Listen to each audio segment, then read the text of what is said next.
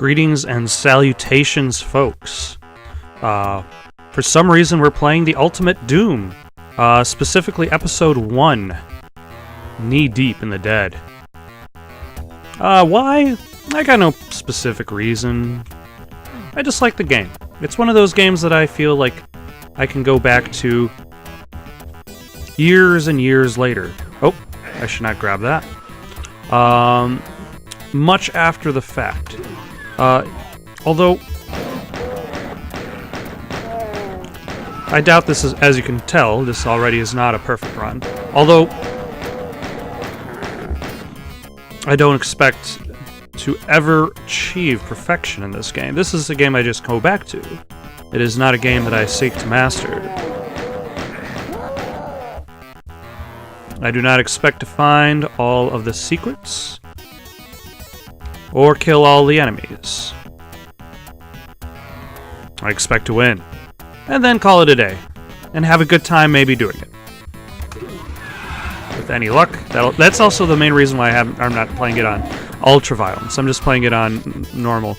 I've never attempted, or should I say, I've never given Nightmare more than the old college try, because it's really hard. Like, there are a lot of guys. They just keep coming in left and right. That's I don't got time for that. I got other video games to play. But that said, as you can see, I clearly missed that armor piece that was just right there. And we'll damn it! I just remembered I skipped over the blue armor, thinking I was going to go back to it. But I clearly did not. So, whoops. So it's a good thing I'm not playing it on a harder difficulty, because then I would clearly be screwing myself over. But no, Doom. I find Doom 1, like I want to say Doom 2, gets a lot of the nostalgia, and Doom 2 is the better game. It's the more refined game. It has more enemies. It has more weapons. The levels are pretty nuts. But I find Doom interesting almost because it doesn't have certain weapons and certain items. Like, the lack of the super shotgun, for instance, is more... Is this door open? Is that... No, that's just a wall. The lack of super shotgun affects the game. Because, like, you look at the pink demon that shows up eventually. It takes 2 shotgun shells to kill. In a world where the super shotgun exists, then all that means is you fire 1 shot with it, and the pink demon is dead. And that's it. Here, though, because you only have a shotgun, you don't have that double barrel, it would take you 2 shotgun shells, which means that you've got a moment in between shots in which you have to consider the distance of the demon and your own mortality. Also, very important secret, backpack. When all of your interaction with enemies is to murder them with bullets, it's always important to know that you're carrying as many bullets as possible. As many. Because these guys will eat them up. They're not bullet sponges. The bullet sponge didn't really exist quite yet. But there are a lot of them.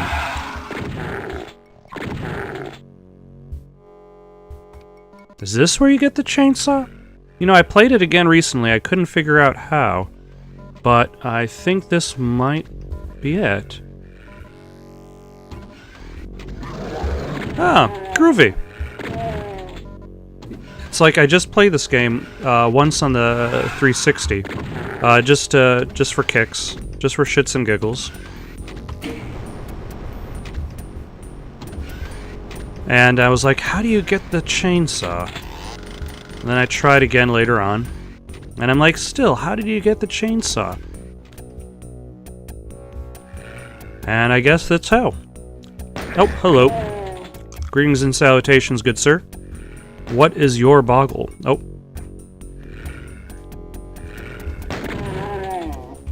And see, you got that pause in between shotgun blasts where he's pulling the shotgun back to pump. And depending on like how close the demons are, they could just kind of charge through that first blast and maybe chomp on you a little bit to hopefully get a little bit of damage off of you. But with the double barrel, you just kind of wait for them to get close. Oh. And I happened to clear that one out previously. You just wait for them to get close, blast them right in the face. That's it. You're done. So, this offers a little bit of strategy in that regard.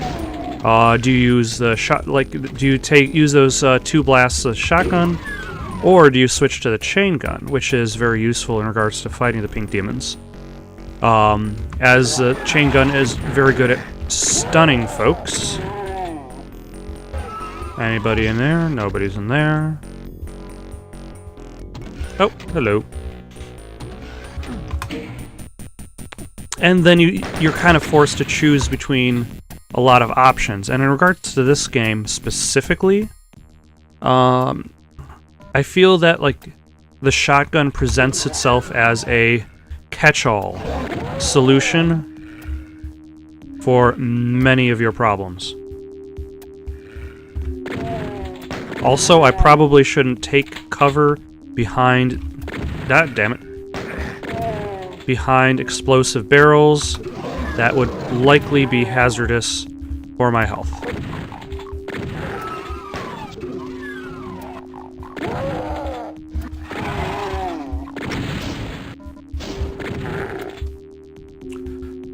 Alright. I don't know what the point is of this area. It just kind of houses a bunch of guys.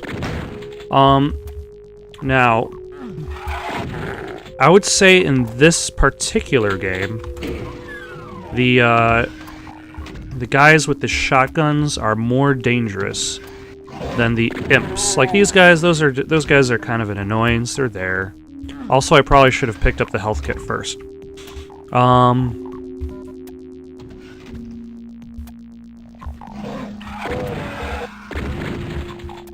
But the guys with the shotguns can actually do pretty good damage to you instantaneously. I.e., their projectiles do not take form or function. They just fly straight at you.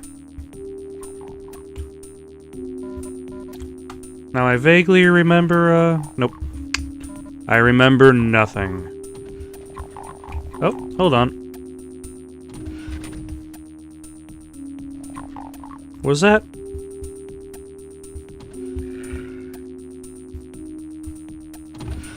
Ah, damn it. I knew it.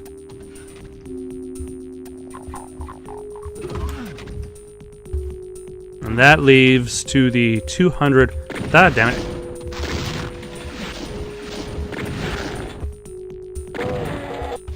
I vaguely remember a power-up that enables you to see in the dark, but I don't know if that was in this game or in its sequel.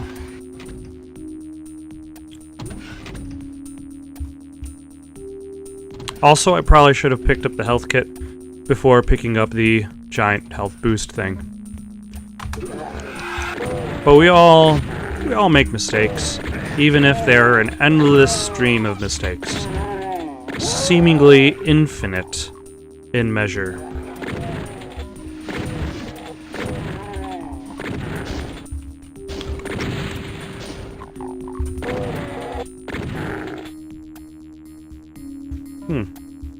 I guess that one unlocks later on. Oh well.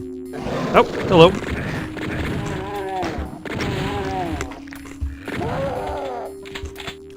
I swear that went really well. I was actually planning to do that.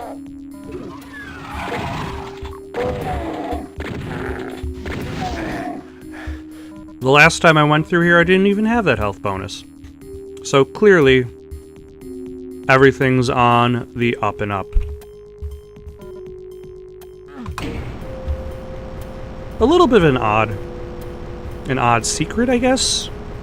That, there's a pit that you can just jump into and rise right out of. What did I leave behind? I didn't pick up the armor that was here, so I can just grab that.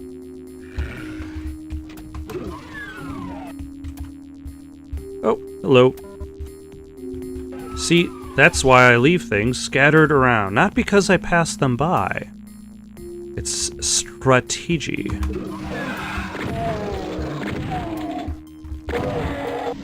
Oh, hello. But yeah, so the shotgunner's approach is more instantaneous.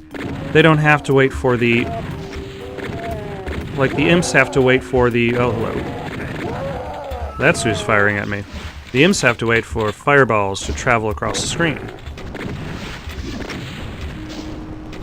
In Doom 3, the imps get the ability to like, pounce you from a farther distance, and they carry on that ability along with a much more wider moveset in the Doom reboot,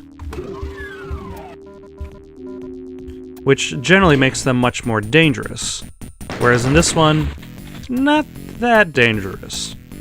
It just might take a couple shots to take them down. Let's see. Oh, hello. See, there's another health power-up thing. Just because I blew through the first one, doesn't mean I won't blow through the second one.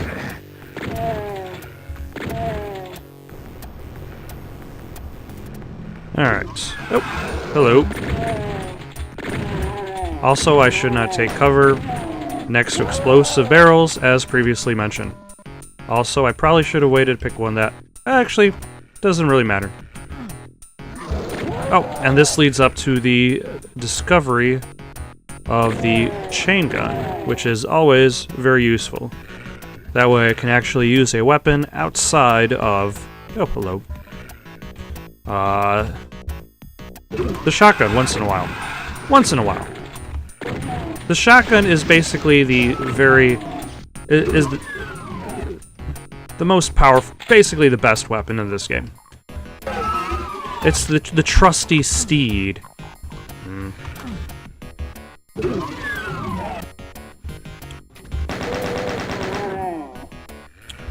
The chain gun, hello, isn't bad.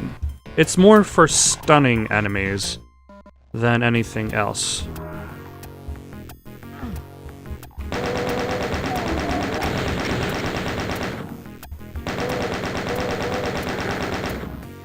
Now I know I have to be quick here because I screwed myself the last time. Oh yeah, you can get a rocket launcher. Rocket launcher. There we go.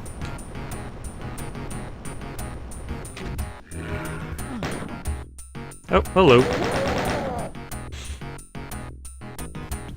And I have a blue key card. Okay, so I'm gonna try not to do too much editing for this video, but if there comes a point in which in which I clearly have no idea where I'm going, then I will quite likely skip ahead. Oh, hello. Oh.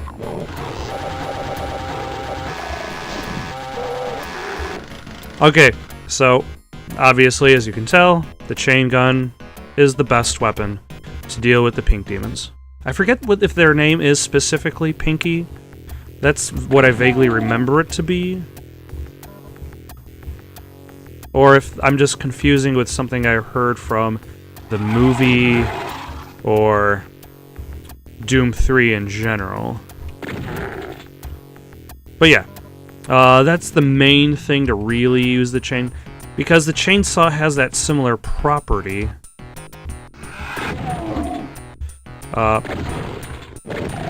That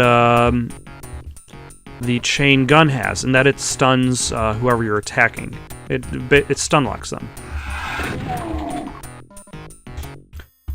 But you have to be up close and personal. Ah, damn it, no! Okay, chain gun sucks. Or chainsaw sucks. I'm gonna stow it away. Alright. Oh, hello.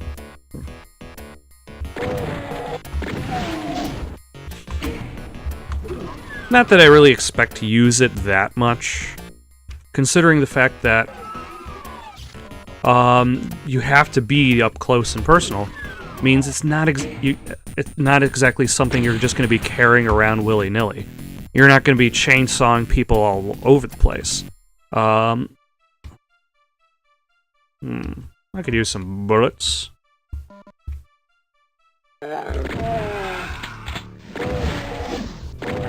Oh. And like it doesn't really make too much sense. Like with the chain gun, if other enemies show up, I can switch targets pretty easy-like. It's not like I have to spend any time switching weapons in between chainsawing people. Oh, hello. And then trying to shoot other guys from a distance.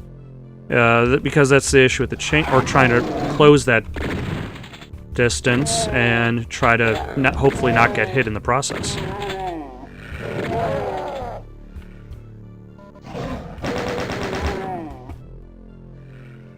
Ah, he came back. How nice of him.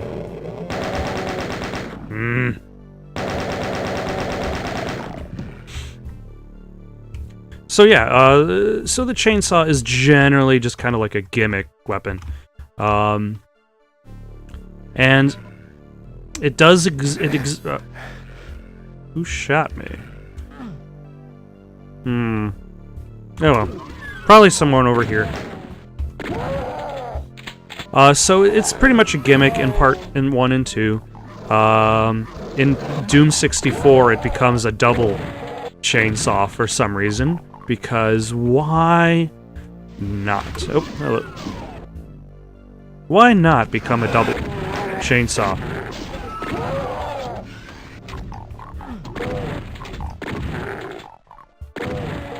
But ultimately, like with Doom 3 and Doom 64, even then, like I wouldn't really argue using it at.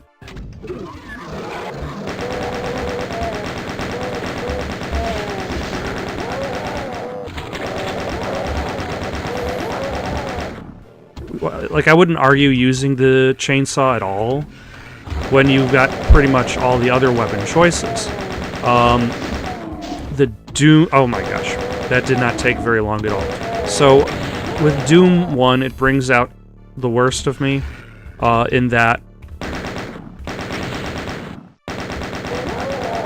I start to physically attempt to dodge these attacks in real life. Despite the fact that I clearly, this clearly is not a virtual reality experience. I'm not wearing some sort of weird suit that allows myself to dodge it easier.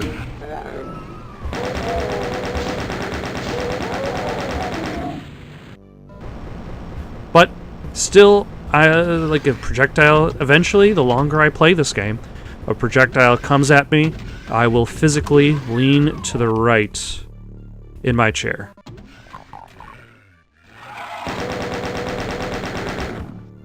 If not sooner, then later. I don't know if it actually helps me. Like, the closest you could say to it helping me would be like it helps me get into the headspace required to stay active, stay moving. Oh, hello.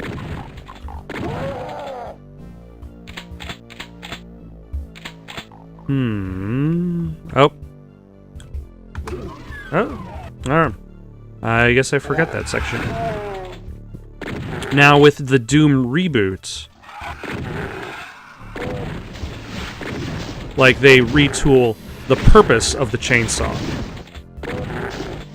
And they make it a very viable weapon that's actually part of your arsenal. That's an important part, actually. It's no longer a gimmick as much as it is part of your strategy to survive. Like with Doom... No, hello. They do a great job of accomplishing that, of making every weapon a necessary aspect. Now, here we've got... I believe I saw the map over here.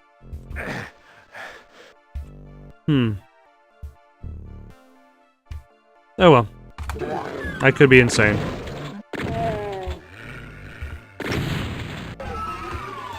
Now, I will slowly ruin my eyes attempting to fight guys in this flashing light. Like, it's not really that... And I believe somewhere in here there should be a secret area that has... Yep, that's what I was looking for earlier. Now I can see. And, you know, the ability to see your enemies is very useful in a video game.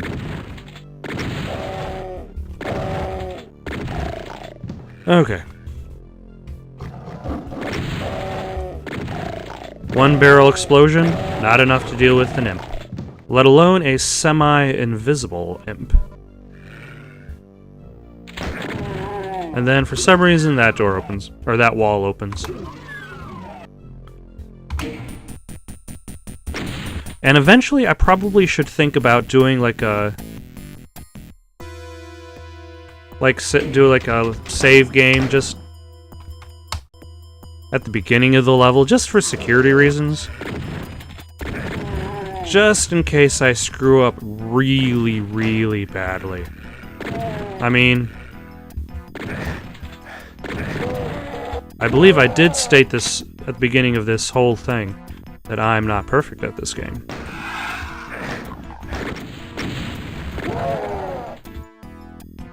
Yep. Yeah, alright. That had stuff in it. I did recently replay episode 1. I have not replayed episode 2 or 3, and definitely it's been a while since I've played 4. So I don't quite remember how that goes. I do remember that door...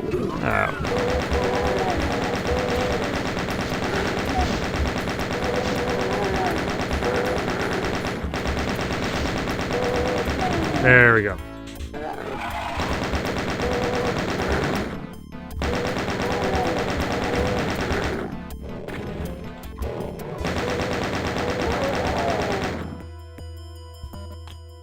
Alright, that's everybody. That's everybody.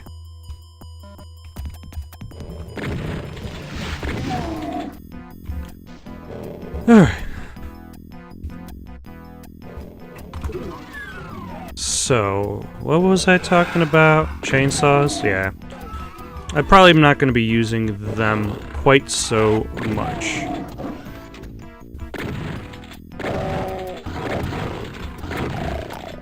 Now, oh crap.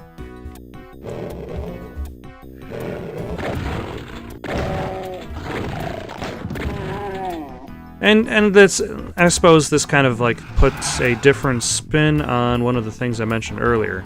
Like, the idea that it takes only 2 shots. Oh, that's yellow key. To kill one of those pink demons. Still yellow key. Okay, I'm just gonna cut to me getting to the red door.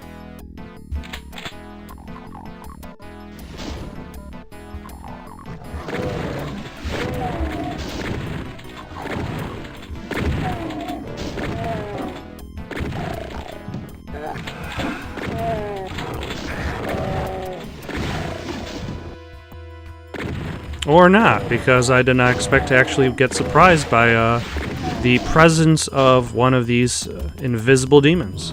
But lo and behold, he did kind of come out of nowhere. Or at least it kind of felt he came out of nowhere.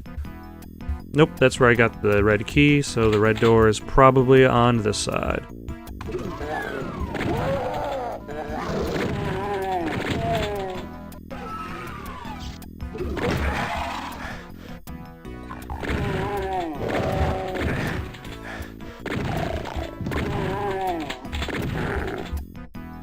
Alright, that worked out swell enough. And we got the blue key.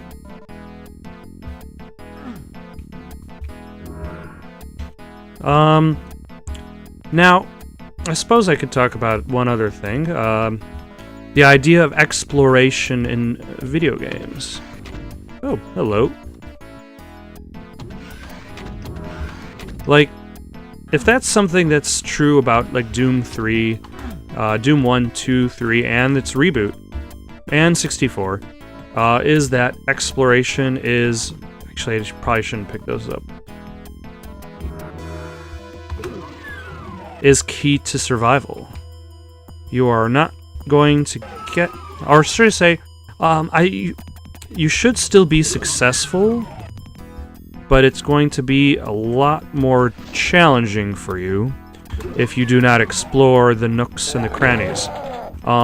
You won't get weird items like this one that has made me kind of sort of invisible. It's an item that I specifically do not like, because it makes it a little bit harder to judge exactly when you should be dodging enemies. Especially those that throw projectiles. Largely because a lot of this game's strategy is predicting where projectiles are going to be and not being in that spot. And assuming that imps always throw projectiles where you are, and they stop throwing projectiles where you are, then it makes it very difficult to guess where that projectile will be. And then I find myself accidentally getting hit while being in this near invisible state because I dodged an attack that I should not have dodged. So there's going to be a part towards the end of this particular episode in which I believe it's actually the very last level, in which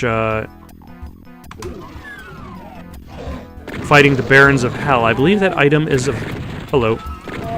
that item is available to me, but I will not use it because it just throws off my strategy. Oh, hello. I did not know I was gathering a congregation of bullet users. And one pink demon.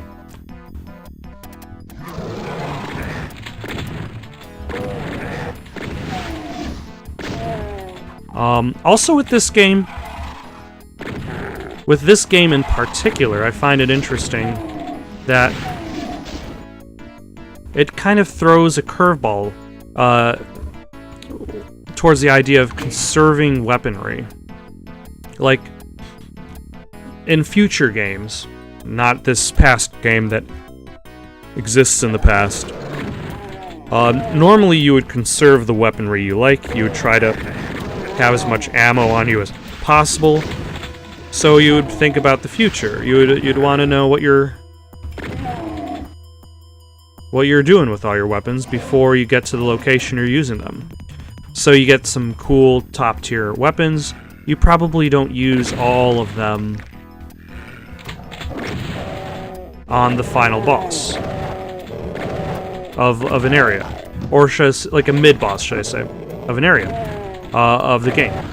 You hold on to as much as you can. Maybe use your weaker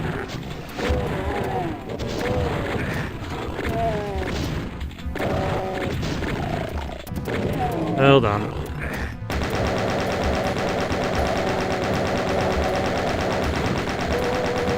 I seem to be a bit surrounded. But because this game is... Oh, hello. That is twice this episode. 3 times?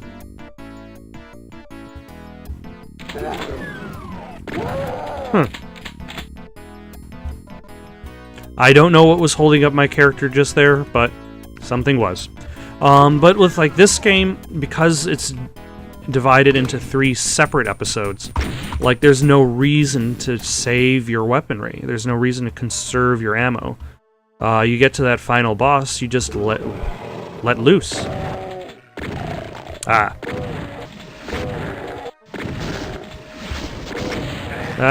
Damn it. That's what I get for taking cover next to an explosive barrel. So whatever health I have, it's not really going to matter at the end of this journey. Also, I seem to have forgotten my safety save.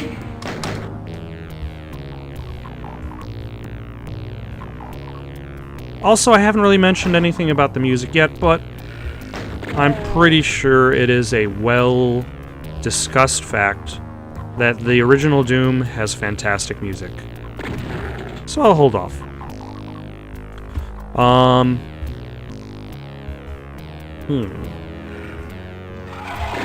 Oh, hello. It has an interesting relationship with vertical spaces, though. In that, like, this game came after Wolfenstein 3D. A game that had no Wolfensteins. It had no vertical spaces. So there was no need to fight any enemies on any elevated planes because there was no elevation. And let's see. Whereas in this case,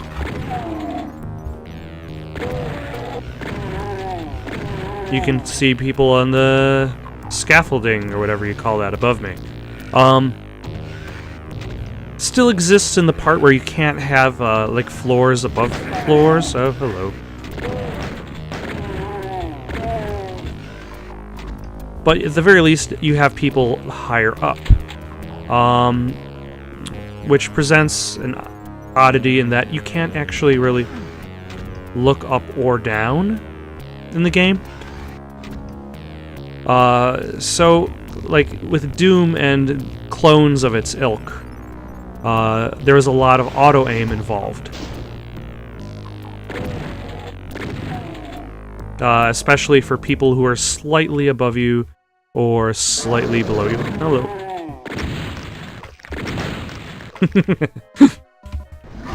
Oh.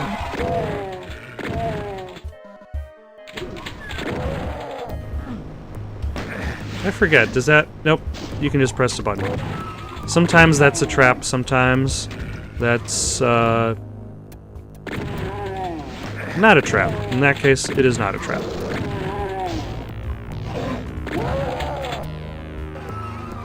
But it's interesting how, like, this, how they decided, like, which levels required which, ferocity of music. Like, you look at this particular... I'm talking about the music, am I? I said I wasn't going to. It turns out I'm a liar. How this song in particular is much, much slower, but also it kind of goes along with how, like, this level itself is kind of longer and twistier. So it doesn't quite have that same action-packed action ring to it as the opening does. Oh, hello.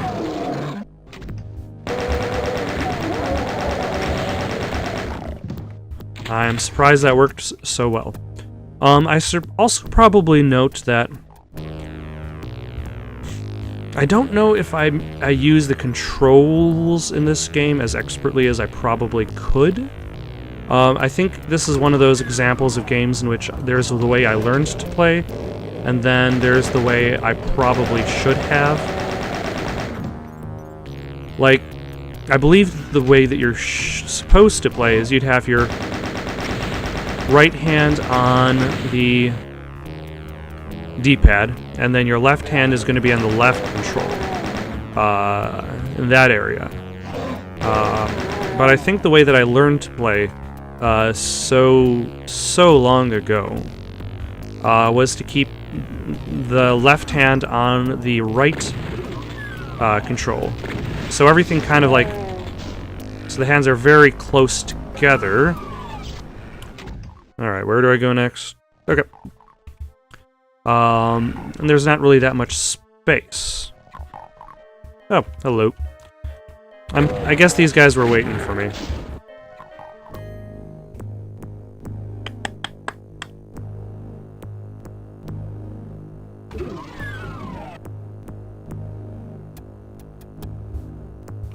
Alright, here we are. You know, that's an odd way to kind of construct a labyrinth. Is to have like a very long, like, extension.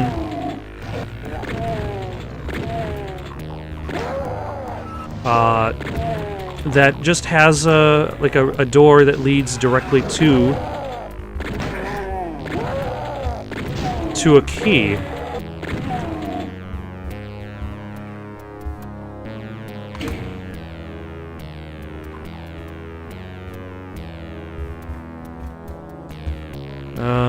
Now I seem to have there's probably a congregation out there looking for me, but they're gonna be fine. And that's the thing, like, there's no items you get for getting the high score. It's more like a pat on the back for yourself. They like, congratulations, you killed all the people, you got all the items, you got the secrets. But that doesn't really mean that much, does it? I guess it depends on what kind of player you are. I'm always very disappointed when the rest of the explosives don't go off. Also, that's the map icon, but I don't need it. Oh, hello. And speaking of slow music, this is the final level of the episode. And it's interesting just like how slow, how atmospheric this song is. It's not trying to blast your ears out. And I suppose that might be something that's missing out of the current iteration of Doom. Not that the music isn't awesome. The Doom Reboot soundtrack is fantastic. Where is the item I won't use? It is right there. See this item? I'm not going to use it. Because, in my opinion, it makes it harder to dodge your enemies.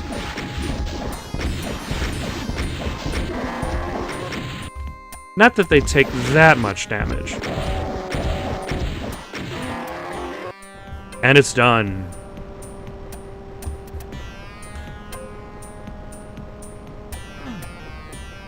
Now to the ending, which back in the day I found myself a little bit confused by. It's something that I would like, because I don't think it was the shareware version I was playing at the time, so I don't remember if it actually went to the end credits or the end story, or if it actually just went straight to the buy the game screen. It's been too long, and my memory, it's not so great. But this is an odd game in which it ends with the death of your character. Because, hey, you're fighting demons from hell. I guess you gotta go to hell somehow.